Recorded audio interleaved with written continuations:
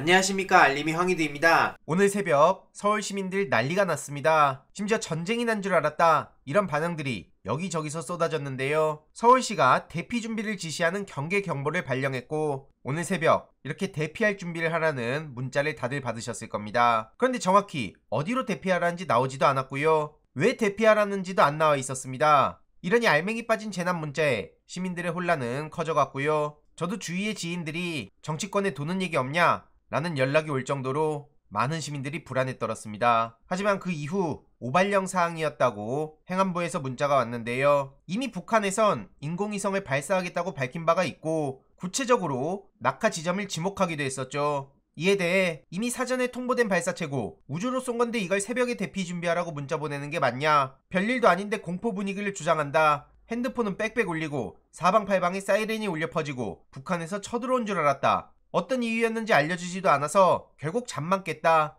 이런 반응들이 나왔고요. 오발령 소식에 대해서는 전국민 알람이었냐? 진짜 미사일이었으면 문자보다 미사일이 먼저 도착했을 거다. 앞으로 경계경보 발령해도 안 믿으면 어떡하냐? 이런 반응들이 쏟아졌습니다. 심지어 놀란 시민들이 옷을 입고 거리로 나온 경우도 있었는데요. 이후로 전해진 속보는 서울시에서 재난 문자를 본청에서 안 보냈다, 이런 얘기였습니다. 이게 원래 백령도 주민에게 발송된 건 옳았는데 서울시는 대상이 아니었다는 거고요. 그럼 서울시가 왜 보냈냐? 이런 의문이 들지 않습니까? 이에 대해 행안부는 서울시에 곧바로 취소해야 된다고 알렸으나 취소가 이뤄지지 않아서 행안부 명의로 오발송 안내를 했다는 거고요. 행안부도 서울시가 왜 보냈는지 이유를 아직 확인 중이다, 이런 얘기를 하고 있습니다. 심지어 서울시 내부에서도 정확히 파악을 못해서 오락가락하는 모습이 나오고 있는데요. 서울시 소방행정과장은 우리가 보낸 문자 아니라며 서울시 민방공통제소가 있는데 거기서 보냈을 것 같다, 이러고 있습니다. 결국 이것은 12구 참사 때도 그렇고 서울시의 행정이 엉망이라는 걸 알 수 있는데요. 오세훈 시장도 많은 비판을 받아야 됩니다. 그래서 지금 오세훈 서울시장, 그리고 이거 북풍 정치하는 거냐? 라면서 윤석열 대통령 특히 많은 비판을 받고 있고 거기에 집중해야 된다 보고요.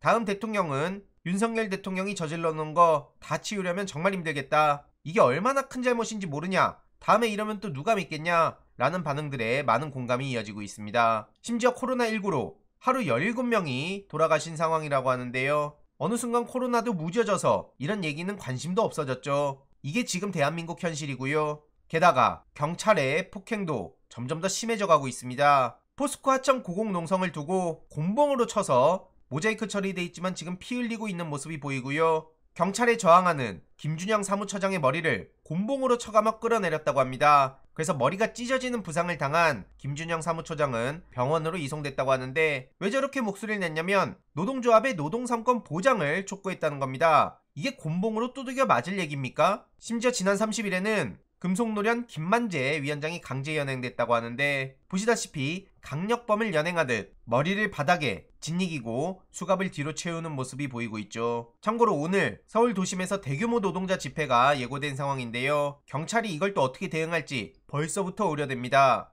오후 4시에 세종대로 일대에서 민주노총 조합원 2만 명이 참여하는 총력투쟁 대회가 열리는데, 윤석열 정권 퇴진, 주 69시간제를 비롯한 노동계약 폐기, 전방위적 노조 탄압 중단, 최저임금 대폭 인상 등을 요구하고 있습니다. 더 우려되는 건 집권 여당의 박대출 의원 같은 사람이 물대포란 얘기까지 꺼냈다는 거고요. 백남기 어르신이 어떻게 돌아가셨는지 대부분의 국민들이 기억하고 있습니다. 그런데 지금 물대포란 얘기가 가당키나 합니까? 심지어 하태경 같은 인간은 회계부정, 가짜뉴스, 폭력조장이라며 아예 시민단체를 낙인 찍고 대놓고 탄압을 하고 있죠. 그러더니 전범기와 화해해야 된다는 얘기를 해서 어제 난리가 나기도 했었는데요. 심지어 이런 와중에 언론까지 탄압하겠다며 여러가지 방법을 쓰더니 어제 한상혁 위원장의 면직을 제거했다는 소식까지 전해졌습니다. 한마디로 윤석열 대통령은 한상혁 위원장을 공정성도 지키지 않았고 위계에 의한 공무집행방해를 했고 직권남용 등을 저질렀다며 면직을 결정했다고 언플하고 있는 겁니다. 그래놓고는 새 방통위원장의 이동관 씨가 유력하다고 하는데, 이동관이 어떤 사람입니까? 친이명박계로도 알려졌고 지금 아들 관련한 문제도 여기저기서 나오고 있는데,